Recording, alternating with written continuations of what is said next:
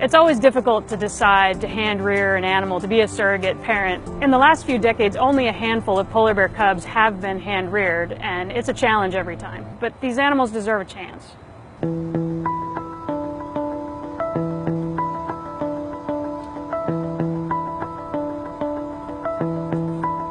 Like a lot of young animals, Nora didn't take to her formula right away. She had some digestibility issues with it, and they had to make some tweaks.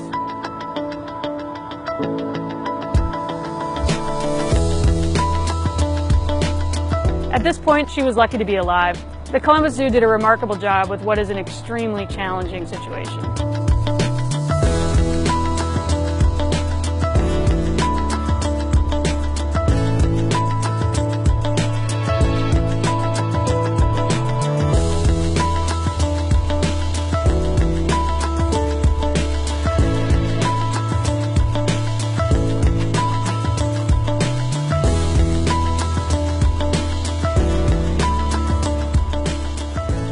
Columbus was very invested in her transition to the Oregon Zoo. They sent some of her caregivers who spent time with her once she arrived and really helped our staff learn more about taking care of Nora.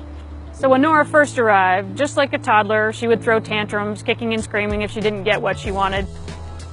One of our challenges was simply helping Nora cope with her own frustration, having her be able to spend time with self-directed play and not need constant human companionship. She may want what she wants, she may have an attitude, but she is extremely intelligent, clever, fun, playful, and just really a joy to be around.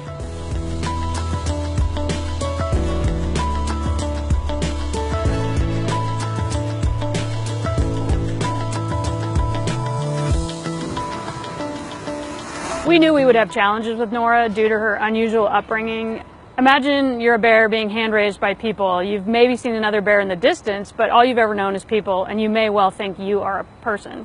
Our goal from the beginning was to help Nora learn to be a bear, and only another bear can teach you how to do that. Tassel was an adult female that had lots of experience with other bears. She'd always been calm and playful and curious. We thought she'd be a great candidate.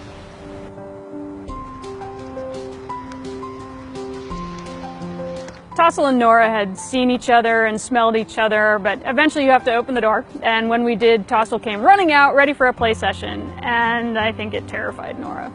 Tassel was giving all the right signals as a polar bear that she meant no harm to Nora, but she didn't know how to read the signals, and it caused her quite a bit of anxiety.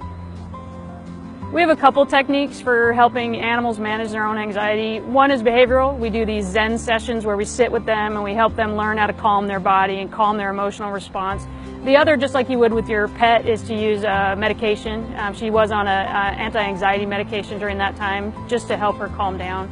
Our number one priority was still to help Nora learn how to be a bear and to get in with another bear. It was clear it might take longer for this introduction than we had thought, for Nora to really learn that Tassel was a friend.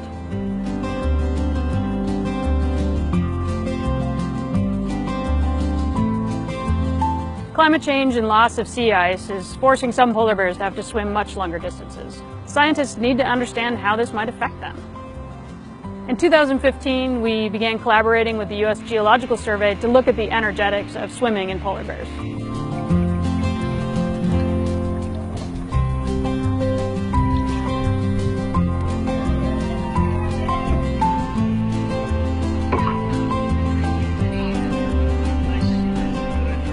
This had never been done before, and it gave us a great opportunity to potentially get data from Tossel, an older bear, and also from Nora, who was a juvenile. Entering the swim flume was something we trained them to do voluntarily. Tossel's close, trusting relationship with her caregiving staff is how we were able to accomplish all these things. She enjoyed participating, and these are things that you can only learn from zoo bears. It's just not possible to do it with bears in the wild. We knew our time with Tossel would be limited just due to her age. She was one of the oldest polar bears in the world. It was around this time we needed to do a medical exam on Tossel due to some tooth issues that she had, and we identified a tumor.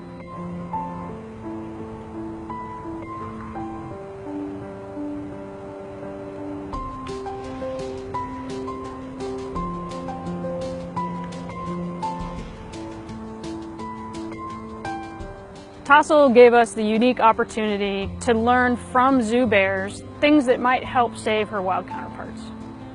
If sea ice decline continues in this way, some polar bear populations will become extinct. It's critical that we understand what's going to happen with polar bears and how we might be able to do something to intervene.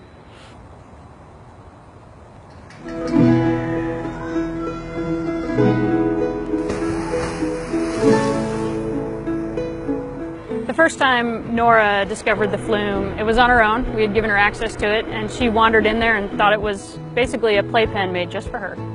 Remarkably, Nora got so good at the swim flume so quickly that we were able to collect data from her.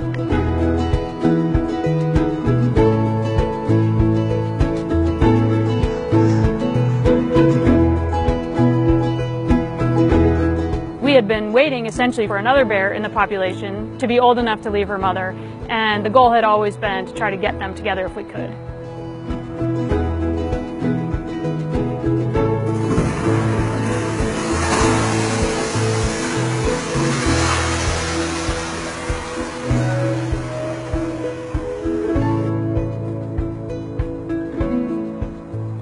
Nora has had a lot of transitions in her young life, but so do polar bears in the wild. This is about the age where mom would sort of push them off on their way and they'd have to survive in the Arctic on their own. So these are different challenges than wild bears, but they're coming at the right time developmentally for her. I think Nora's survival against the odds is an important parallel to polar bears in the wild.